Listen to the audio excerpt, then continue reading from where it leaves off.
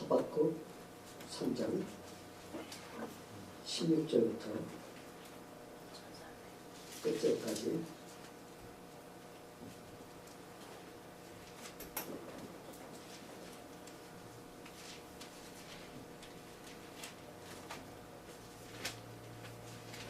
장 16절부터 끝절까지입니다.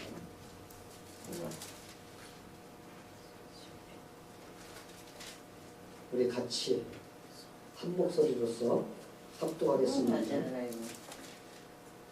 자, 시작. 내가 들었으므로 내 창자가 흔들렸고 그 목소리를 인해 내 입술이 떨렸다. 무리가 우리를 치러 올라오는 하는 날을 내가 기다리고 내 뼈에 썰리는 것이 들어왔으며 내 몸은 내 젖에서 떨리는도다. 비록 무화과나무가 무섭지 못하며 포도나무에 열매가 없으며 감목나무에 소식이 없으며 밭에 씨들이 없으며 우리의 양이 없으며 외양간에 소가 없을지라도 나는 여호와를 인하여 즐거워하며 나의 구원의 하나님을 인하여 기뻐하노라. 19절. 주 여호와는 나의 힘이시라. 나의 발을 사슴과 하사 나를 나의 높은 곳에 다니게 하시리로다. 이는 영생을 위하여 예수님의 맞춤 것이니라. 아멘. 이 말씀으로 우리가 은혜 받기 전에 한번 잠깐 비디오 플레이를 보겠습니다.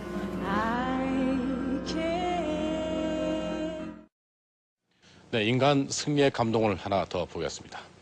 두 팔을 잃고 한쪽 다리가 짧은 장애인으로 태어나서 세계적인 가스펠 가수가 된 스웨덴 여성 레나 마리아가 오늘 내한 공연을 가졌습니다. 양효경 기자가 다녀왔습니다.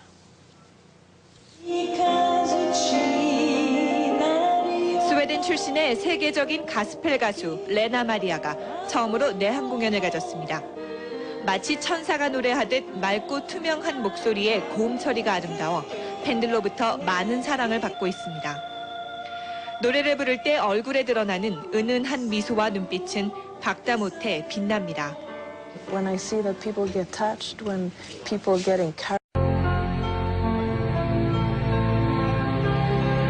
사람은 각자 다른 조건을 가지고 태어난다. 레나 마리아는 두 팔이 없고 한쪽 다리마저 짧은 선천적인 장애인이다. 그녀는 누구보다 밝고 명랑하다. 어려움보다는 가능성을 먼저 생각하기 때문이다.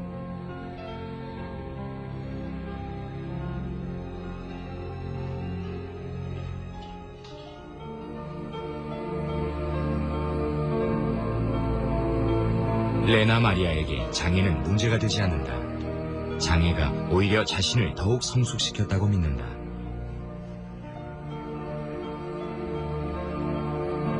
Det finns många grejer man kan peka på som är tack vare handikappet.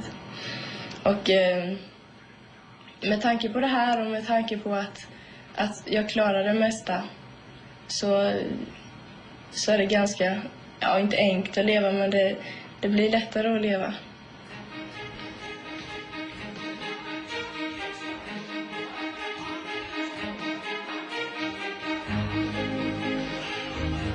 그녀는 삶을 즐기고 끊임없이 새로운 것에 도전한다.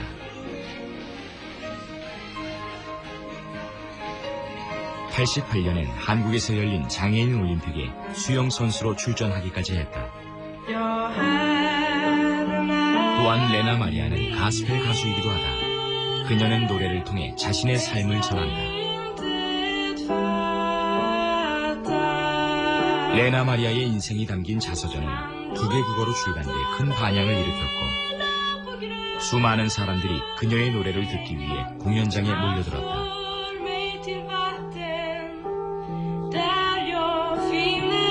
일본에서는 지난 92년부터 정기적으로 공연이 열리고 있고 음반은 물론 일본 작가들이 그녀에 대해 쓴 책도 3권이나 나왔다.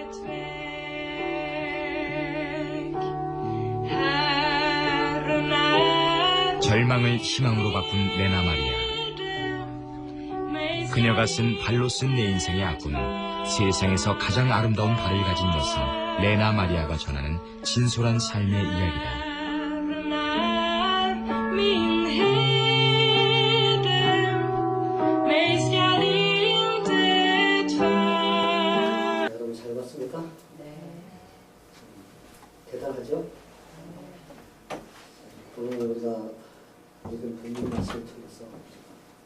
우리가 살아가면서 감사하기 위해서 제물로서 같이 우리를 남겨고 합니다. 근데 여러분 사람들이 감사하는 방법에는 세 가지가 있다고 그래요. 세 가지의 방법을 놓고 감사하는데 첫째는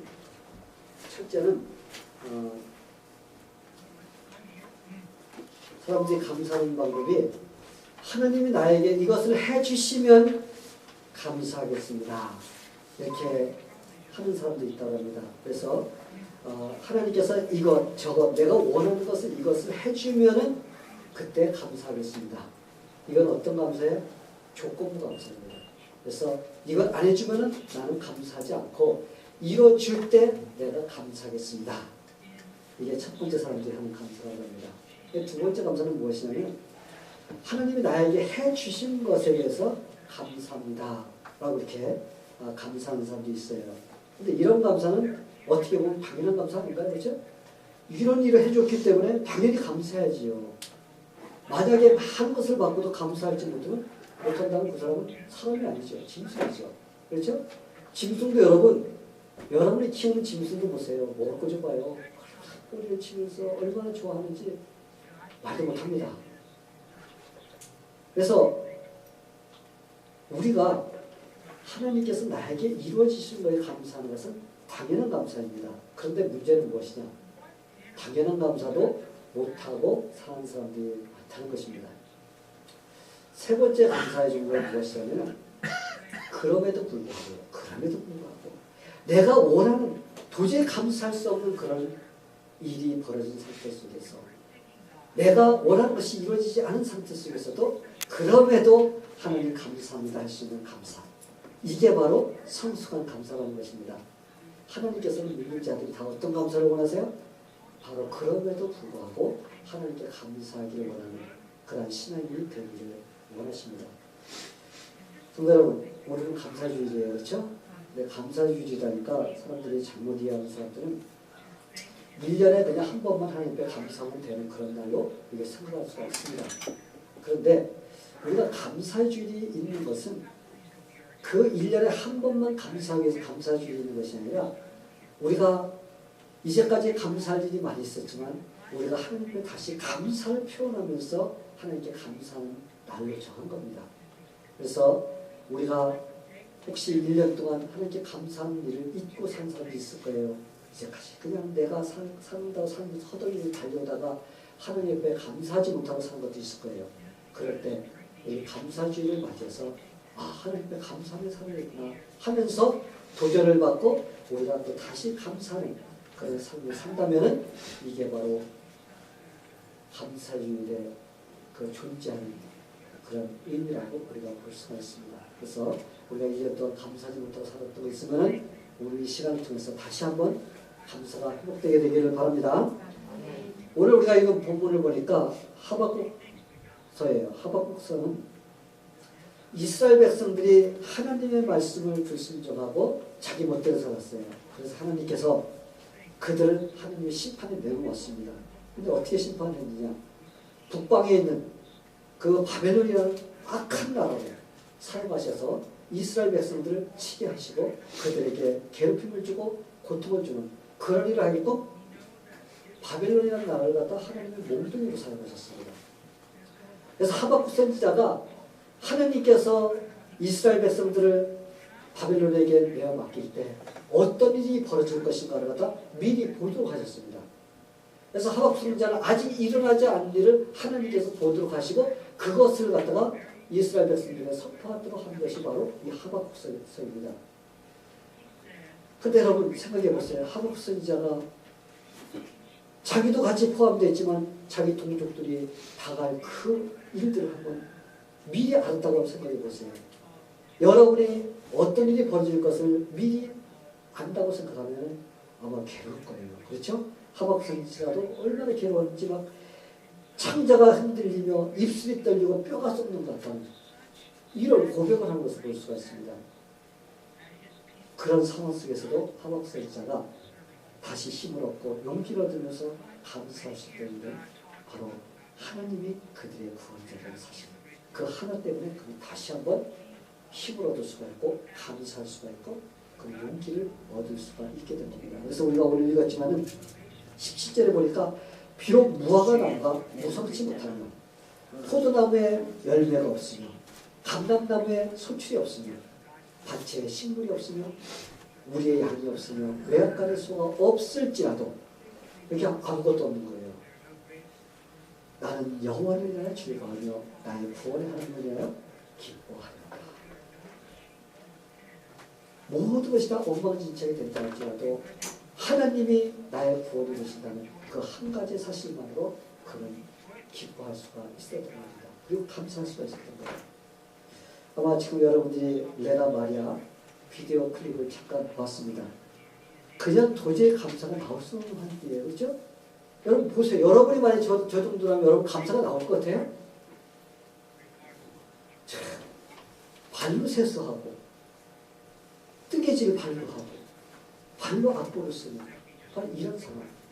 이런 상황이 돼도 도저히 감사할 수 없는 그런 환경이 됐어도 그들은 감사하면서 하나님께 찬양하며 영광을 돌리며 자기보다 더 멀쩡한 사람들을 갖다 되게 용기 주면서 그들을 갖다 이끌어주는 그런 일을 하는 것을 우리가 볼 수가 있습니다.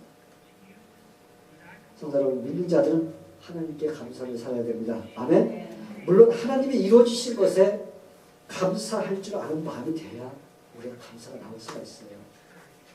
이미 이루어주신 것에 감사하지 못한다면 그럼에도 감사를 할 수 없다는 겁니다. 여러분, 하나님께서 이루어주신 것에 대해서 감사하지 못한 사람이 아직 이루어지지 않은 그런 일들에 대해서 어려운 환경에 있는 것에 대해서 여러분 감사가 나올 것 같아요? 안 나옵니다. 그러기에 우리가 먼저 하나님께서 나에게 이루어주신 그거에 대해서 감사할 수 있는 자들이 되어야 돼요. 그러면 여러분, 하나님께서 내 인생에서 가장 중요한, 가장 귀한 일을 이루어주신 그것이 무엇인가를 우리가 알아야 된다는 겁니다. 그것이 무엇인가요? 하나님께서 우리 같은 죄인을 선택해 주신, 우리를 구원시켜 주신, 그래서 하나님의 자녀로 만들어 주신 이 사실, 이거에 대해서 우리가 감사할 줄 모르면 여러분, 우리는 환경 속에서 아무리 돈을 갖다 100만 달러를 우리가 갖다 준다 해도 우리는 하나님께 감사할 줄 모르게 돼요. 이것이 바로 하나님께 감사하는 기분이 되는 겁니다. 하나님 감사합니다. 여러분이 언제 어디서든지 하나님 감사해요. 나 같은 죄인을 구원시켜 주시다니 내가 어떻게 하나님의 자녀가 될 수 있습니까? 내가 어떻게 하나님을 섬기며 살 수 있는 그런 존재가 될 수 있습니까? 하나님 너무나 감사해요 하는 이 감사가 여러분의 마음속에 기초가 되었으면 여러분이 감사할 수 있는 조건을 가지고 있는 사람들입니다. 그럴 때 우리는 성숙한 감사를 할 수가 있고 우리가 하나님 앞에 어떤 상황이든지 감사할 수 있는 사람이 될 수가 있는 것입니다. 하나님은 우리 믿는 자들이 모두 그런 단계에 감사의 수준까지 올라가기를 원하십니다. 자, 그렇다면 어떻게 할 때 우리는 하나님이 원하시는 감사의 생활을 할 수 있을까? 바로 그것을 제가 여러분들에게 말씀을 전하려고 합니다. 그래서 여러분 잘 들으시고 여러분이 내가 예수님에 대해서 감사하면서 이제는 그럼에도 불구하고 대한 감사를 할 수 있는 마음이 되기 위해서는 여러분이 꼭 이렇게 기억하시기 바랍니다. 그것이 무엇일까요? 아직 내 뜻대로 이루어지지 않은 일에 대해서 감사하시기 바랍니다. 아직 내 뜻대로 이루어지지 않은 일, 그에 대해 감사해야 돼요. 그래서 사람들마다 감사의 내용을 보면 하나님 감사해요. 저한테 물질 주셔서 감사해요. 하나님 감사해요. 이거 주셔서 감사해요. 이런 감사는 대부분의 사람들이 거의 합니다. 그래서 자기가 얻은 거에 대해서는 그런 대로 감사를 할 수 있는데 그런데 한번 가만히 생각해 보세요. 여러분. 여러분들 삶에서 내가 이루어주신 거에 대해서 감사하는 것이 그것이 진짜 올바른 감사인가요? 여러분 이 감사는 예수를 믿지 않는 사람들도 감사하는 것이에요. 그렇죠? 여러분 좋은 일이 일어나는데 야, 왜 나한테 이렇게 좋은 일이 일어나지? 기분 되게 나쁘네. 여러분 그런 사람 봤어요? 네? 야, 이런 좋은 일이 일어나더니 감정 진짜 상하네. 여러분 그런 사람 봤어요? 왜 이렇게 좋은 일이 일어나지? 화가 나서 못 참겠네. 여러분 그런 사람 있습니까? 그런 사람 없어요. 그런 사람 없으면 정신병자입니다. 내 삶에서 예수를 믿지 않는 사람들도 좋은 일이 벌어지면 어떻게 돼요? 좋아하고 어쩔 줄 몰라요. 그런데 감사의 대상이 하나님이 아니라는 것 때문에 문제인 거죠. 근데 그들도 다 각자 자기에게 도와준 사람에게 감사할 줄 아는 사람이 있습니다. 그러나 믿는 자들은 여러분 믿지 않는 사람들의 수준에 있는 감사만 할 수 있는 자가 되어서는 안 된다는 거예요. 우리는 그들보다도 차원이 높은 감사를 할 수 있는 그런 사람이 돼야 된다는 거예요. 이제까지 여러분이 기도하던 것들 중에서 아직 이루어지지 않은 기도 제목이 있을 거예요. 한번 생각해 보세요. 그리고 만약 여러분의 삶 속에서 그 소원이 이루어졌다면, 만약 그 소원이 이루어졌다면 여러분의 인생이 어떻게 달라져 있을까? 한번 생각해 보세요. 지금도 여러분은 하나님이 주시는 은혜를 누리며 살고 있는 사람이 될 수 있을까? 만약에 내가 하나님 이거 주세요, 저거 주세요 막 그래서 하나님께서 그래 옛다 가져라 해서 줬다고 한번 가정해 보자는 거예요. 그랬을 때 과연 여러분이 지금 하나님의 은혜를 받으며 여기 와서 이렇게 앉아서 하나님을 예배할 수 있는 그런 자리에 앉아있을 수 있는 사람이 돼 있을까? 한번 생각해 보시기 바랍니다. 아마 솔직히 한번 자기 자신을 돌아보면 아마 그렇지 못했을 것이라고 생각하는 분들도 있을 거라고 저는 생각합니다. 여러분이 원하는 만큼 돈이 생겼다면, 여러분이 원하는 만큼 장사가 잘 됐다면, 여러분이 원하는 만큼 공부를 많이 했다면, 여러분이 원하는 만큼 일이 잘 풀렸다면 과연 여러분의 모습이 어떻게 변했을까? 여러분 궁금하죠? 자, 여러분 하나님은 우리를 각자 하나님께서 쓰시기 위해서 보여주셨습니다. 하나님께서는 자기의 목적대로 쓰시고자 우리를 계획해 주셨어요.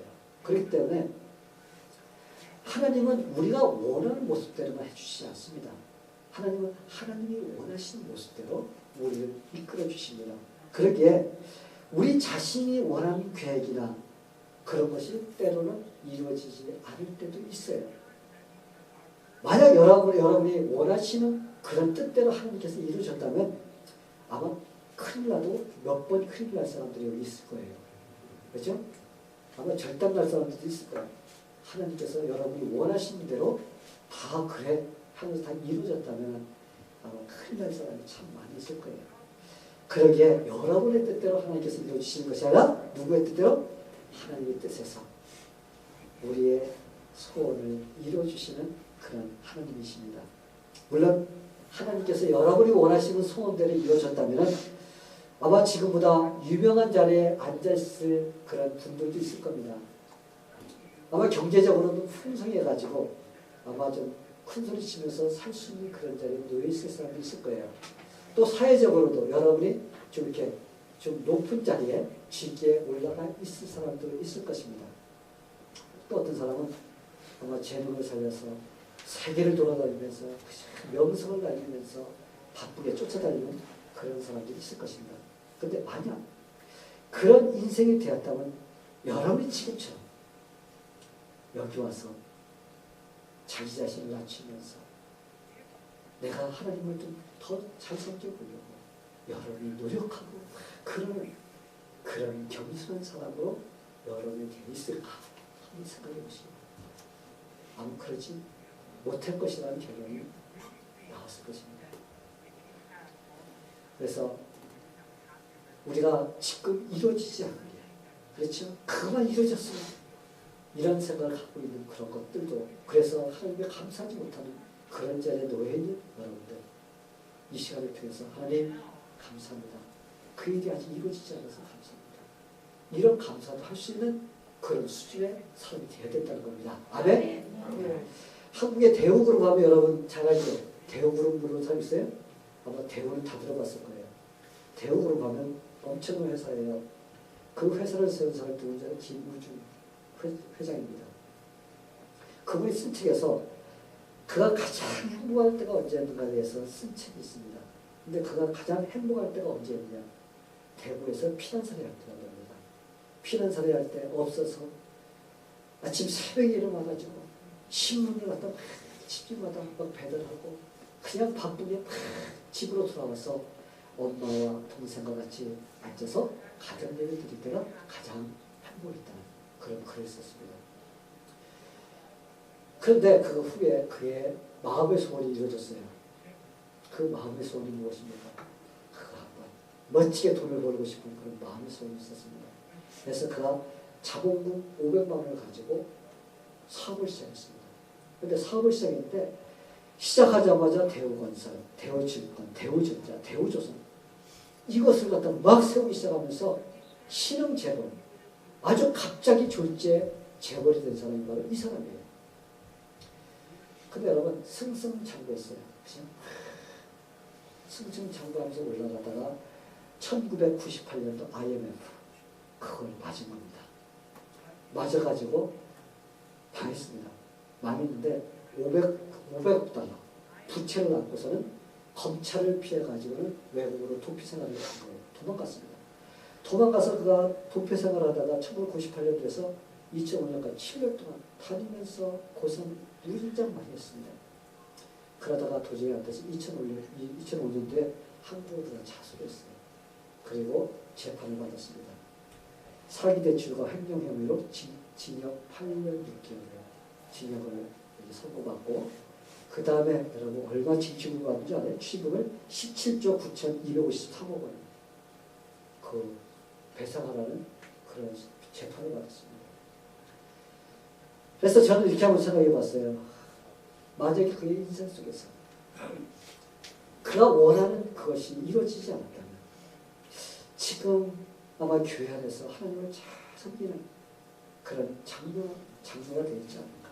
진짜 하나님을 신실하게 섬기는 그런 사람으로 남아있지 않을까.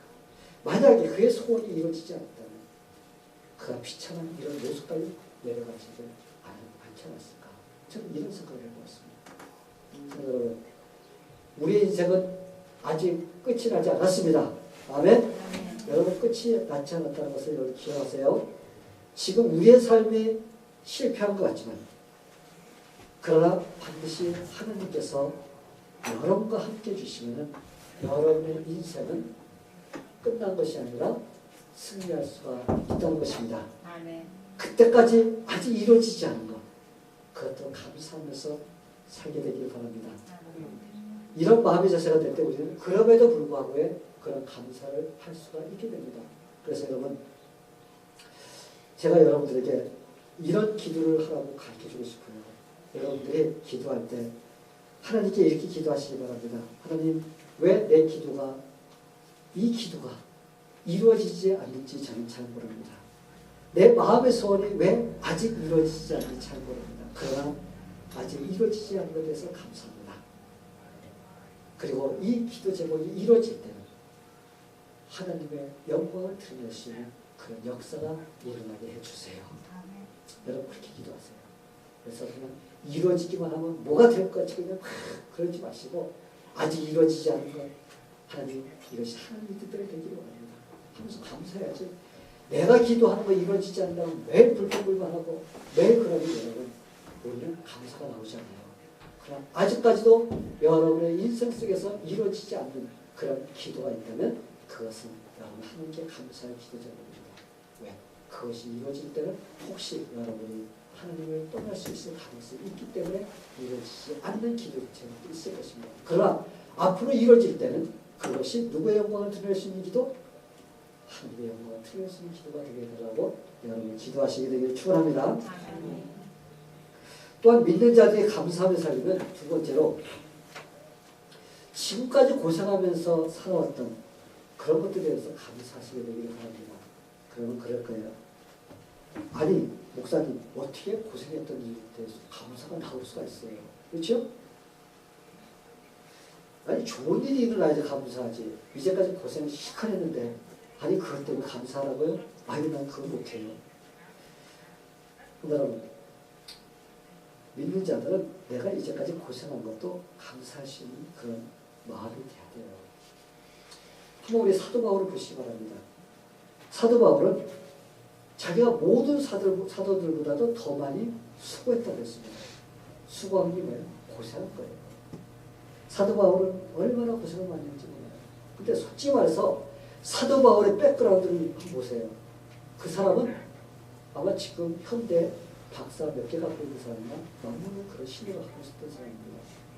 그 정도의 박사면은 여러분 고생할 필요 없어요. 가만히 앉아있어도 돈이 저절로 물러 들어오고 그런 높은 자리에 앉아있고 명성도 좋고 다 할 수 있는 자리에 있습니다. 그런데 그는 그것을 다 내려놓고 어떻게 했어요? 예수님 때문에 고생을 자초한 사람이에요. 그는 예수님을 갖다 전하기 위해서, 예수님의 삶을 따르기 위해서 그가 고생을 얼마나 한 줄 아세요? 왜 고생을 보면은 그는 말도 못해요. 두들겨 맞고 굶기도 하고 미움도 받고 감옥에 갇히고 죽을 고비 넘기는 이런 것들을 수없이 당했습니다. 근데 빌립보서를 읽어보세요. 사도 바울은 자기가 고생하면서 감옥에 갇히게 된 것을 오히려 기뻐한다고 했어요. 감사한다고 했어요. 왜냐하면 그런 고생을 통해서 어떻게 한다고? 예수님이 더 드러나고 복음이 증가되기 때문에, 다른 사람이 예수 믿는 사람이 더 늘어나기 때문에, 그럼 이것이 바로 감사한 일이다. 이렇게 고백하는 것을 우리가 볼 수가 있습니다.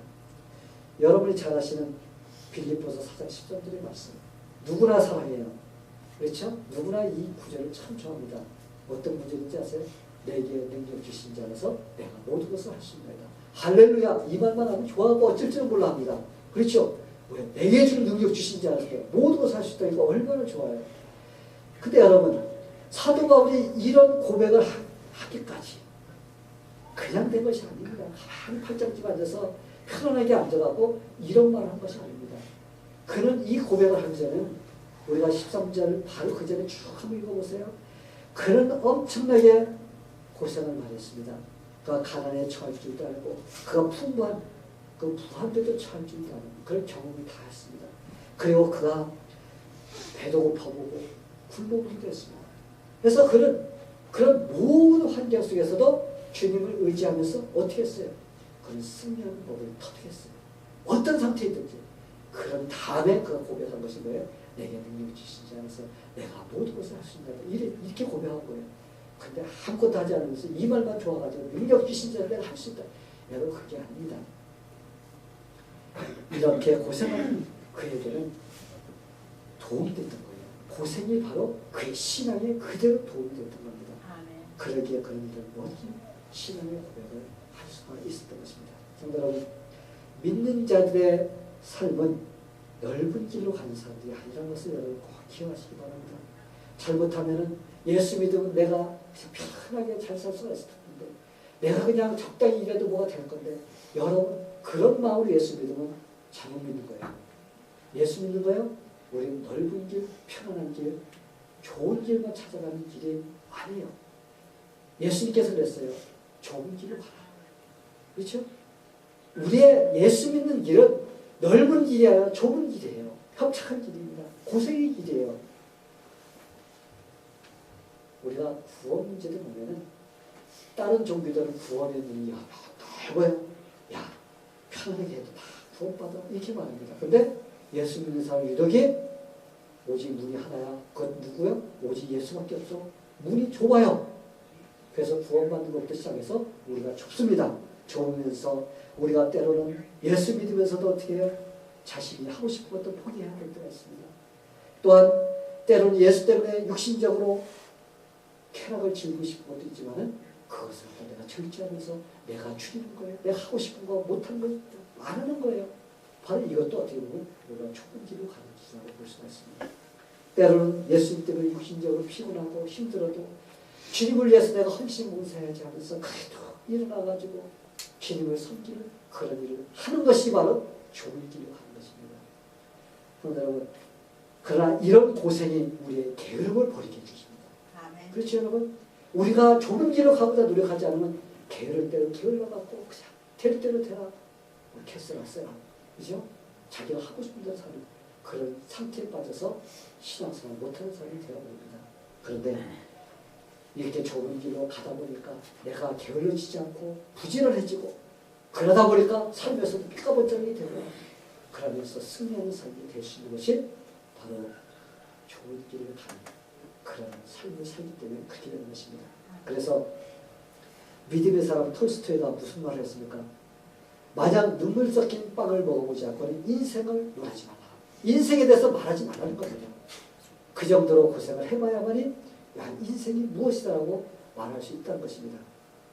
그래서 요즘 젊은이들은 고생을 안 해서 고생이 뭔가를 몰라요. 그렇죠? 보릿고개를 넘겨봐야지. 배가 쫄딱 굶어봐야지. 고생이 무엇인가를 아는데 요즘은 배고파서 라면 끓여 먹으면 되지.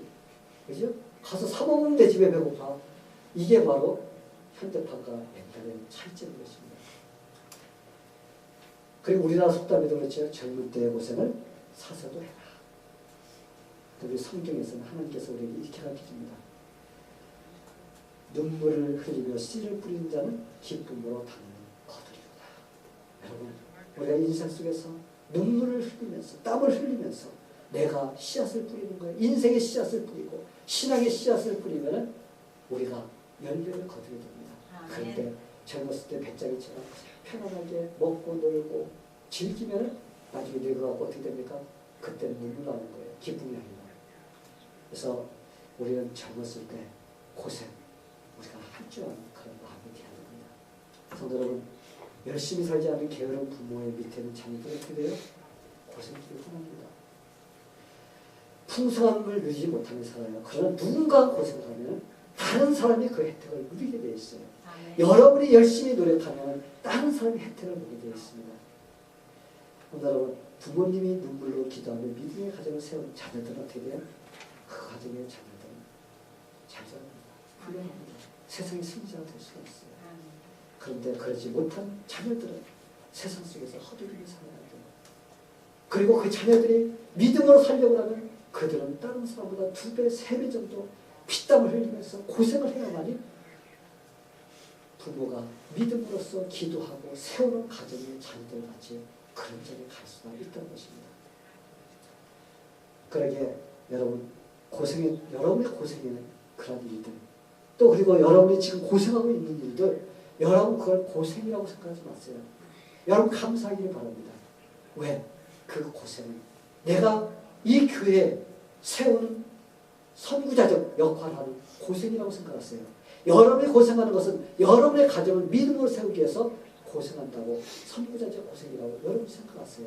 그럼 그것이 바로 여러분이 흘린 그 고생의 땀, 여러분의 후대에 가서 믿음도 그만큼 혜택을 누리게 되고 여러분의 교회가 다음 세대가 이어받아가지고 다음 세대가 이 교회를 훌륭하게 주님을 위해서 이끌어갈 수 있는 자들이 나올 수 있다는 것입니다. 그렇기 때문에 여러분, 내가 지금 고생하는 것, 이 고생은 고생이 아니다. 이거는 당연한 것이다. 이것 때문에 내 후손이 혜택을 누릴 수가 있다는 것. 이것 생각하면 여러분들과 감사할 수가 있습니다.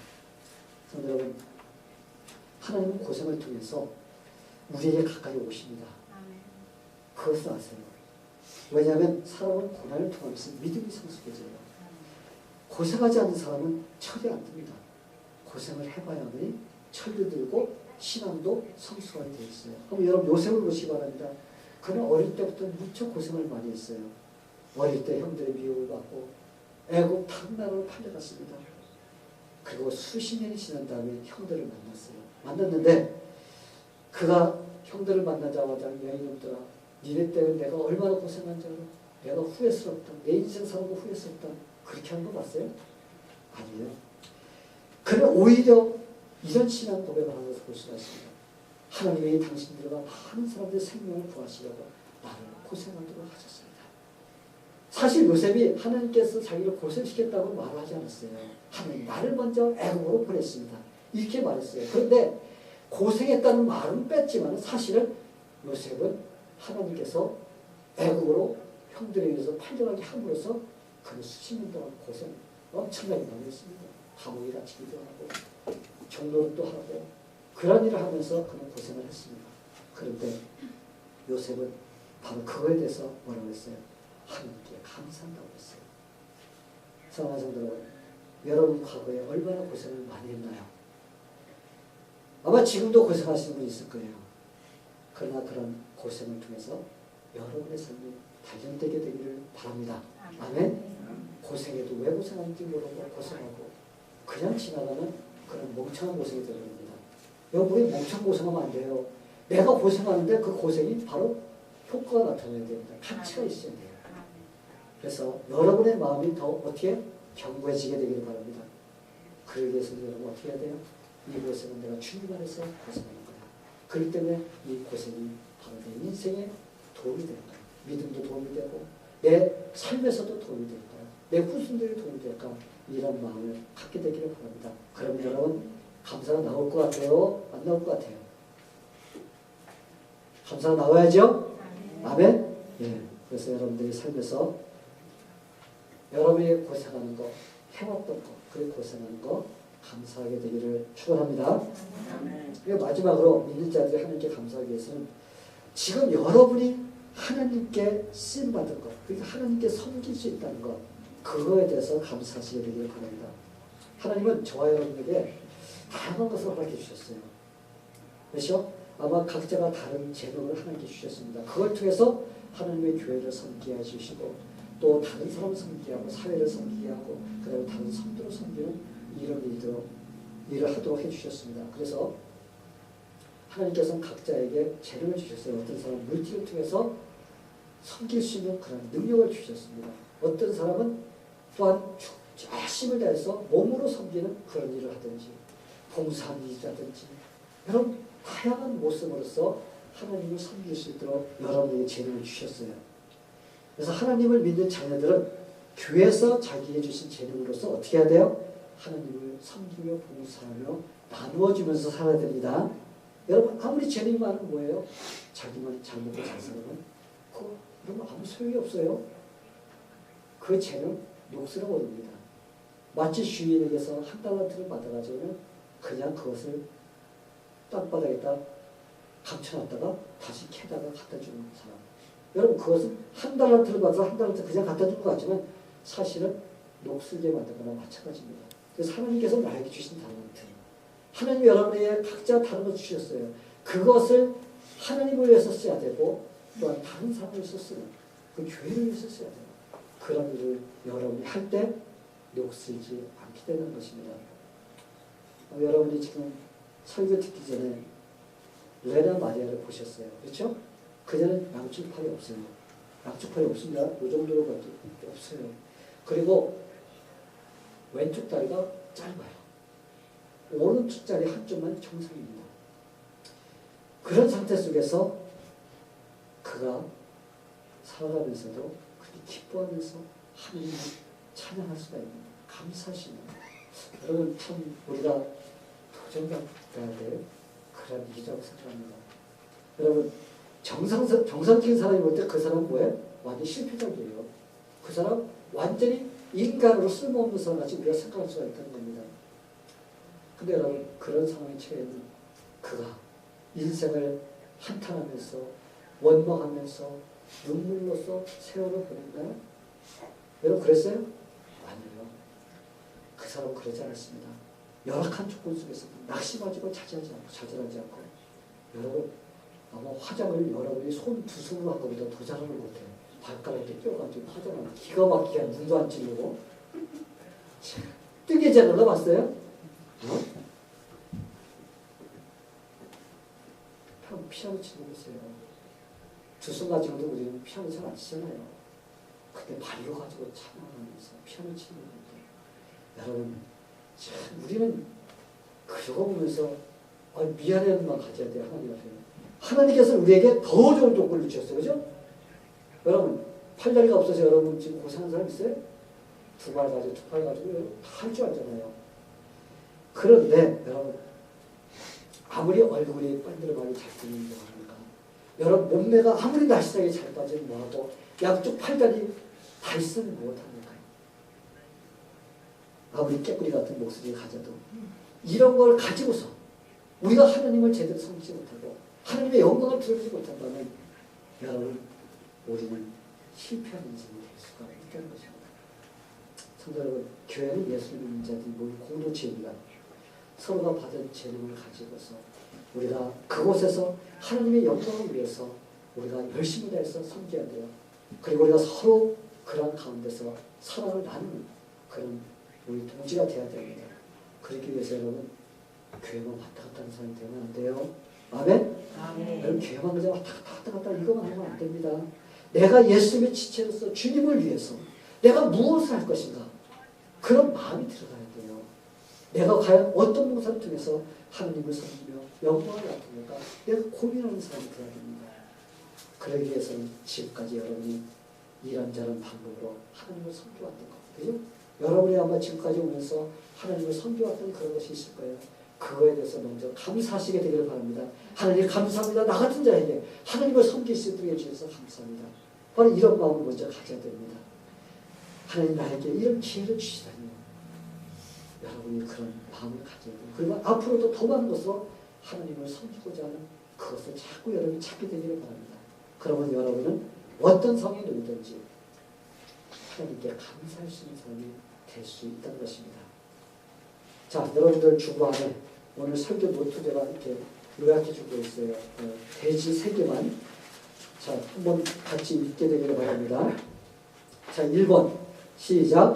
내 뜻대로 되지 않는 데 감사하시기 바랍니다. 둘째, 고생했던 것들에 대해 감사하시기 바랍니다. 셋째, 하나님을 섬길 수 있다는 것에 감사하시기 바랍니다.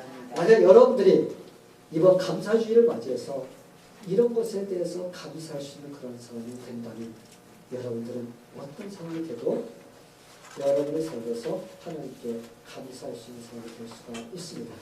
자, 우리 이번 감사주일 그냥 헛되게 한번 1년에 돌아오는 그거를 생각하지 마시고 이번 이 기회를 통해서 여러분이 365일 하나님께 감사할 수 있는 그런 성도들이 되게 되기를 예수님의 이름으로 간절히 축원합니다.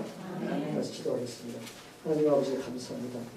하나님께서 오늘 이 감사주일을 통해서 우리가 다시 한번 하나님께 감사할 수 있는 그런 마음을 갖게 해주시고 어떤 것에 감사해야 되는가에 대해서 다시 한번 깨닫게 해주시니 감사드립니다.